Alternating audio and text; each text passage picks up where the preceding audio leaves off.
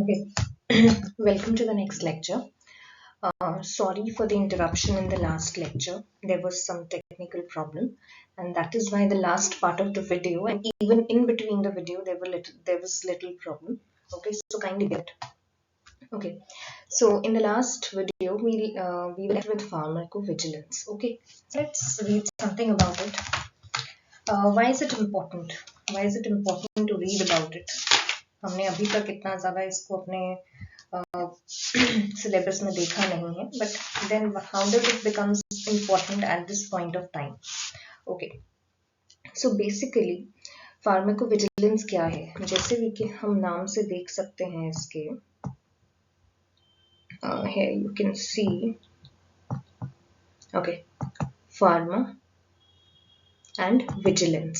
ठीक है, फार्मा का मतलब होता है drugs, something which deals with drug, and vigilance means to keep a watch.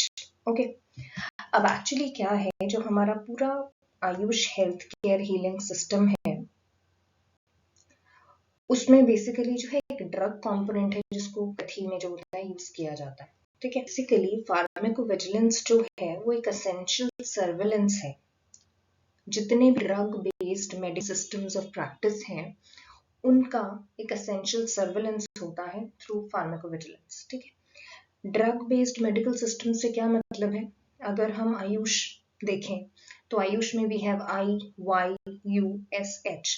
तो इसमें वी हैव आयुर्वेदा, योगा, यूनानी, सिद्धा and homeopathy. Okay, now leaving yoga and naturopathy जिनमें कोई ड्रग कंपोनेंट नहीं होता, इसलिए उसको it is not the part of the scheme. Okay, pharmacovigilance में है हम जो बेसिकली ड्रग बेस्ड जितने हमारे सिस्टम्स हैं ना उनका विजिलेंस कर रहे हैं, उनका एक सर्विलेंस कर रहे हैं. ओके, तो ऑल दो system that deals with drug component which is ASU and H drugs, that is Ayurveda, सिद्धा, यूनानी एंड होम्योपैथिक ड्रग्स. अब ये टॉपिक जो है ये आज से कुछ साल पहले it was not important. Okay, this topic was not important for years ago. जब तक हम ये रियलाइज नहीं कर रहे थे that even our drugs should come under the pharmacovigilance umbrella, क्योंकि हमें तो अब तक लगता था कि हमारी ड्रग्स जो है उनका कोई साइड इफेक्ट हो ही नहीं सकता. ओके, बट एक्चुअली कोई भी ऐसा चीज है, कोई भी ऐसी मेडिसिनल एजेंट है जिसमें इतनी पोटेंशियल होती है कि वो बॉडी में कर सके, तो उसमें इतनी पोटेंशियल होता है कि वो उसी कंडीशन को प्रोड्यूस भी कर सके.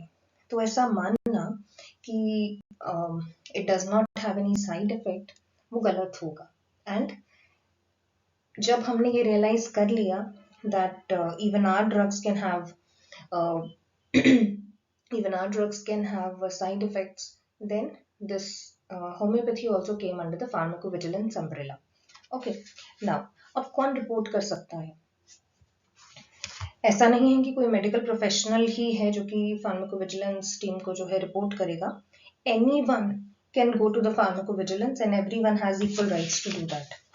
तो बेसिकली फार्माकोविजिलेंस क्या है? ये एक मेथड है of reporting of whatever has been done to you as treatment. Treatment के नाम पर आपके साथ जो भी हुआ है या जो भी किया गया है दैट कम्स अंडर, उसकी रिपोर्टिंग जो है दैट कम्स अंडर फार्माकोविजिलेंस. ठीक है, अब चाहे वो it would have been either not appropriate or it evoked an undesired reaction, that all comes under pharmacovigilance.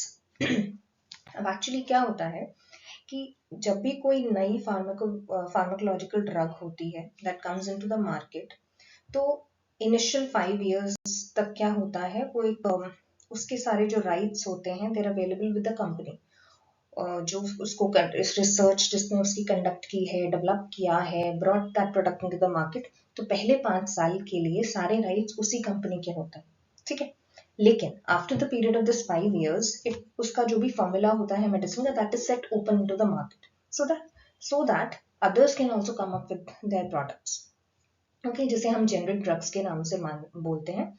Now जो कि एक बेसिकली तरीका है of producing drugs which have already crossed 5 years limit. ठीक है, पहले 5 साल के लिए उसी कंपनी के पास सारी राइट्स होते हैं, जो उसको जिसने उसको मैन्युफैक्चर किया है has brought that into market. Okay, after that 5 years of period जो भी उसका फॉर्मूला होता है that is set open in the market, okay, and anybody can come up with that production, जैसे हम जेनरिक ड्रग्स के नाम से जानते हैं ना। अगर हम यूरोपियन वर्ल्ड की बात करें तो वहां पर जितनी भी मेडिसिन होती हैं ना, उनके ऊपर एक इन्वर्टेड ब्लैक ट्राइंगल का साइन होता है, ठीक है। उन सभी ड्रग्स के ऊपर जो कि ये जो 5 इयर्स ट्रायल पीरियड होता है ना, उसके अंडर होती हैं। सभी ड्रग्स जो कि 5 इयर्स के ट्रायल पीरियड पर होती हैं, उन सब के ऊपर ये साइन बना होता है, ठीक है।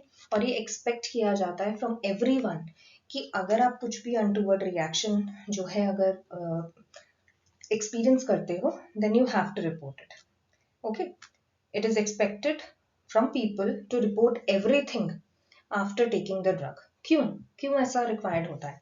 ऐसा इसलिए रिक्वायर्ड होता है कि हमारी जितनी भी मेडिसिन बनती है ना इन द मॉडर्न साइंस, वो बेसिकली टेस्ट की जाती हैं एनिमल्स पे, लोअर एनिमल्स पे, ठीक है, जिनका रिस्पॉन्स हमारे हायर ह्यूमन बॉडी से काफी डिफरेंट होता है। इसीलिए वो क्या जो है सिम्टम्स वो एक्चुअली प्रोड्यूस कर रही हैं, वो बॉडी के ऊपर क्या इफेक्ट प्रोड्यूस कर रही हैं, उनके ऊपर सर्वेलेंस रखना, विजिलेंस रखना बहुत ज्यादा, एक वॉच रखना बहुत ज्यादा जरूरी हो जाता है, ठीक है। उसके बाद जब भी कोई मेडिसिन नई इंट्रोड्यूस होती है तो उसका जो एक बेनिफिट टू रिस्क रेशियो होता है, ठीक है, कि how much was the benefit and how much was the risk, उसकी रेशियो बहुत मैटर करती है।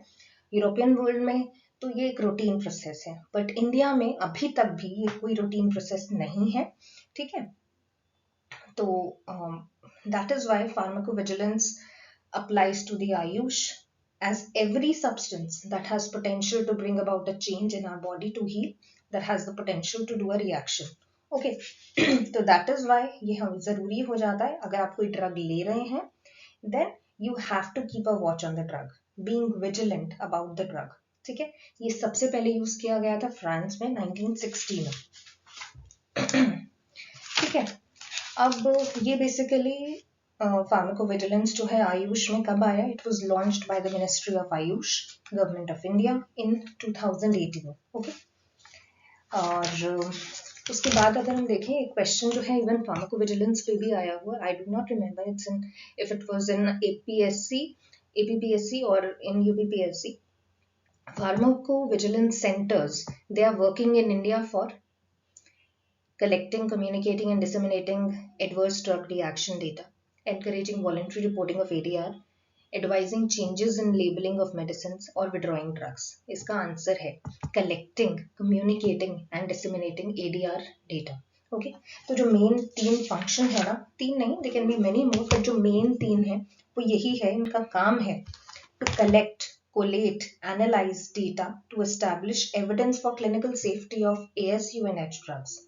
Okay, in a scientific manner, उसका डॉक्यूमेंटेशन, ठीक है, उसका डॉक्यूमेंटेशन करना। उसके अलावा to develop a system wise database of drug reactions of ASU and H drugs, and thirdly surveillance of advertisement of these drugs on print and electronic media, okay. ये 3 main है, उसमें से पहला जो है that is collecting, communicating and disseminating ADR data, okay. Now उसके बाद हमारे पास जो आता है Next we have Naranjo algorithm. What is it? Naranjo algorithm. ये क्या है? Now, basically ये deal करती है with casualty assessment. It doesn't deal with the severity grading, mortality data, morbidity data. It deals with casualty assessment, and this question also has been asked. Okay, that is why it becomes important. Now let's read about it. Now basically ये एक adverse drug reaction probability scale है, ठीक है, एक method है to assess whether there is a casual relationship between an identified untoward clinical event and a drug, जो basically एक relationship establish करना बिटवीन जो एक आइडेंटिफाइड अनटूवर्ड क्लिनिकल इवेंट आया है और ड्रग के बीच में क्या जो है रिलेशनशिप है, okay. Now this is done using a simple questionnaire which assigns the probability score. Okay, that's all about it. इससे ज़्यादा हमें इसको डिटेल में नहीं जाना है. Then our ADRs, adverse drug reactions जो होते हैं, they occur when medicines are given in normal dose, lethal dose, overdose और both normal dose and lethal dose. इसका आंसर जो है basically normal dose है. इसको बिल्कुल भी मार्क मत करना कि लीथल डोज या ओवरडोज लेने से ADRs होते हैं। नो, ये नॉर्मल डोज के साथ ही हो जाते हैं। ठीक है। Now, what are these adverse drug reactions? Adverse drug reactions जो होते हैं वो basically response होता है to a drug which is noxious and unintended and which occurs at doses normally used in a man for prophylaxis, diagnosis, or therapy of a disease or for the modification of physiological function. Okay, note that there is a causal link between a drug and an adverse drug reaction. In some, adverse drug reaction जो होता है that is harm directly caused by the drug at normal doses during normal use. Okay. तो इतना हमें समझ में आ गया कि ये नॉर्मल डोज से ही हो रहा है, कोई डोज ओवरडोज करने से या कम डोज करने से उससे नहीं हो रहा है, it's occurring at the normal dose itself. Now अब एक ADR जो है वो कैसे डिफरेंट होता है from a side effect and an allergy. Okay, एक एलर्जी होता है वो तो आपका एक बॉडी का जो इम्यून सिस्टम है उसका एक हाइपर रिएक्शन है। ठीक है, it is mediated by an immune response in the form of rashes and hives, okay, urticaria, while a side effect जो है वो is an expected and known effect of a drug that is not the intended therapeutic outcome. The term side effect, it tends to normalize the concept of injury from the drugs. Now, it has been recommended that this term should generally be avoided in favor of adverse drug reactions. Side effects को adverse drug reaction से confuse नहीं करना। Okay. Now, what is medication error? Medication error जो होता है basically ये एक तरीके की mishaps हैं जो कि अकर कर सकती हैं कि during prescribing, transcribing, dispensing, administering, adherence और monitoring a drug. इनमें से किसी भी लेवल पर अगर कोई गलती हो जाती है ना तो वो मेडिकेशन एरर के अंदर आती है।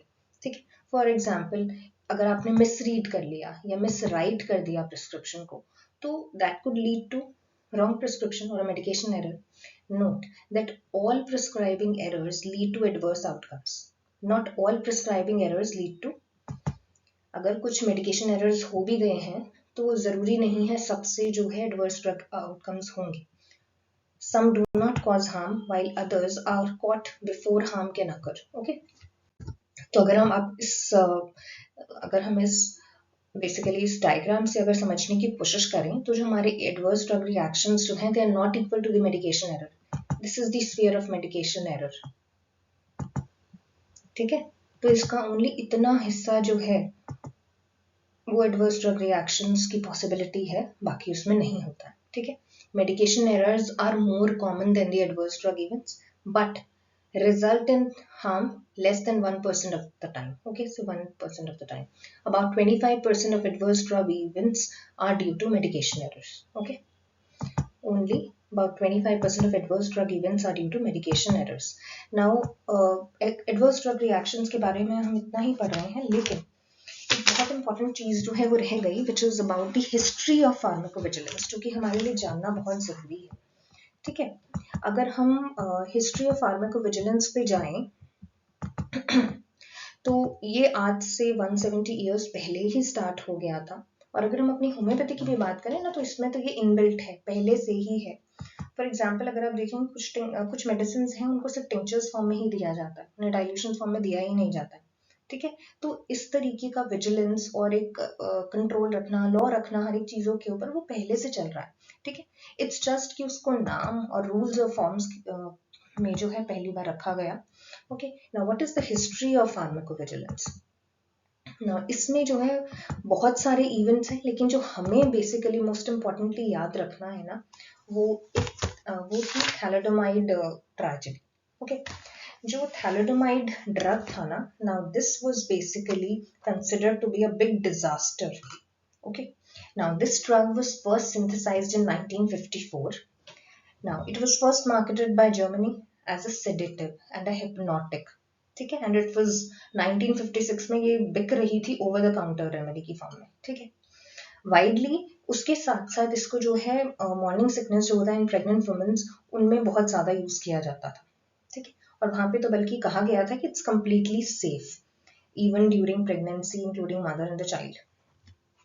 ठीक है, now by 1960 what happened that thalidomide marketed and distributed in 46 countries around the world using different brand names. At the same time, एक ऑस्ट्रेलियन ऑब्स्टेट्रिशियन थी डॉक्टर विलियम मैकब्राइड, जिन्होंने ऑब्जर्व किया दैट वो फीमेल्स जिन्होंने थैलेडोमाइड का consumption किया है during pregnancy for morning sickness elevation, उनमें बर्थ डिफेक्ट्स, बच्चों में बर्थ डिफेक्ट्स देखे गए, पेरिफेरल न्यूरोपैथी देखी गई और सिवियर बर्थ डिफेक्ट्स देखे गए. बर्थ डिफेक्ट्स वो भी उनके लिम्स में डिफॉर्मिटीज की फॉर्म में देखा गया. ठीक है, तो this was one of the man made medical disaster. ठीक है, ये सब कुछ चीजें होने के बाद ही एक जो है सेफ्टी कमिटी बनाई गई of the safety of drug started, जहां पर वॉलेंटरीली एडवर्स ड्रग रिएक्शंस जो है उनका रिपोर्टिंग सिस्टम स्टार्ट किया गया, और वहीं से फिर आगे जो है it came into what we have today. Okay, so that was one of the important fact that you must remember about pharmacovigilance, which is thalidomide tragedy. Okay, so that's all for today. I hope this session was useful for you. Sorry for the inconvenience that went in the last video. If you like the video, kindly subscribe to my channel and do share it with the people who need it. Thank you very much. See you in the next video.